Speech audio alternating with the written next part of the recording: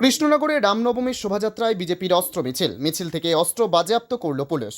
নির্দেশ ছিল রামনবমীর শোভাযাত্রা চলাকালীন শোভাযাত্রা কোনো রকম অস্ত্রশস্ত্র নিয়ে মিছিল করা যাবে না। সেই নির্দেশ অমান্য করে এদিন কৃষ্ণনগর রাজবাড়ি থেকে সদর শহর প্রদক্ষিণ করে পুনরায় রাজবাড়িতে শেষ হবার কথা রামনবমীর শোভাযাত্রা। বিশাল সংখ্যক লোক নিয়ে এদিন রামনবমীর শোভাযাত্রায় অংশ নিতে দেখা গেল অস্ত্রশস্ত্র নিয়ে বেশ কিছু লোকজনকে। প্রকাশ্য রাস্তায় অস্ত্র ঘোরাচ্ছিল বেশ কিছু যুবক, নজর এড়ায়নি পুলিশের। রামনবমীর শোভাযাত্রার মধ্য থেকে বেশ কয়েকটি অস্ত্র বাজেয়াপ্ত করল কৃষ্ণনগর পুলিশ জেলার কোতোয়ালি থানা।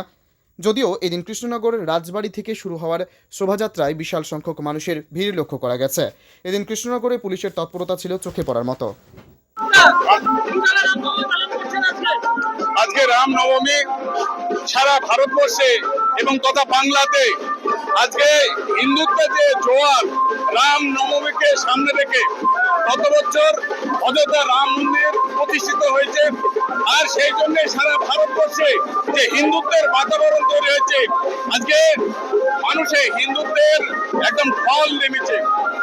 আজকে আজকে যে বাংলার মুখ্যমন্ত্রী যারা হিন্দু ধর্মকে গন্ধ ধর্ম বলেছে, আজকে সেই জন্য হিন্দুদের মধ্যে আবেগ তৈরি হয়েছে। আজকে হিন্দুরা সেই স্বাভিমান বোধ বজায় রেখে আজকে মাঠে নেমেছে। শ্রীরামচন্দ্রের যে স্বপ্ন, শ্রীরামচন্দ্রের যে রাজত্ব, যে সুশাসন দিয়েছিল, আগামী দিনে 2026 সালে সেই রাম রাজত্ব প্রতিষ্ঠিত করার জন্য আজকে সমস্ত হিন্দু আজকে এই রাম নবমী উপলক্ষে আজকে বর্ণাঢ্য শোভাযাত্রায় অংশগ্রহণ করেছে।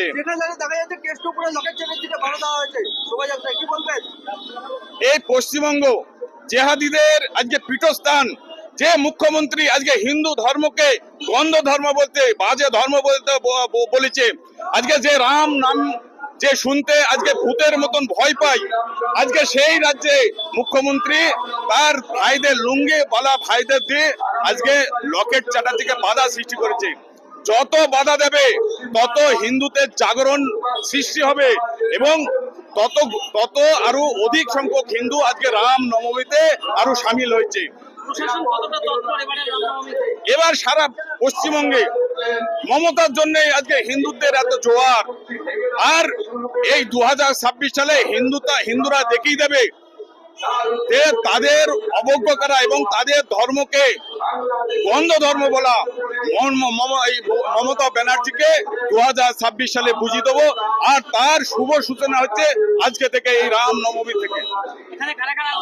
এখানে সমস্ত স্তরে মানুষ, সমস্ত স্তরে হিন্দুরা আজকে রাম নবমীর এই বর্ণাঢ্য মিছিলে সামিল হয়েছে।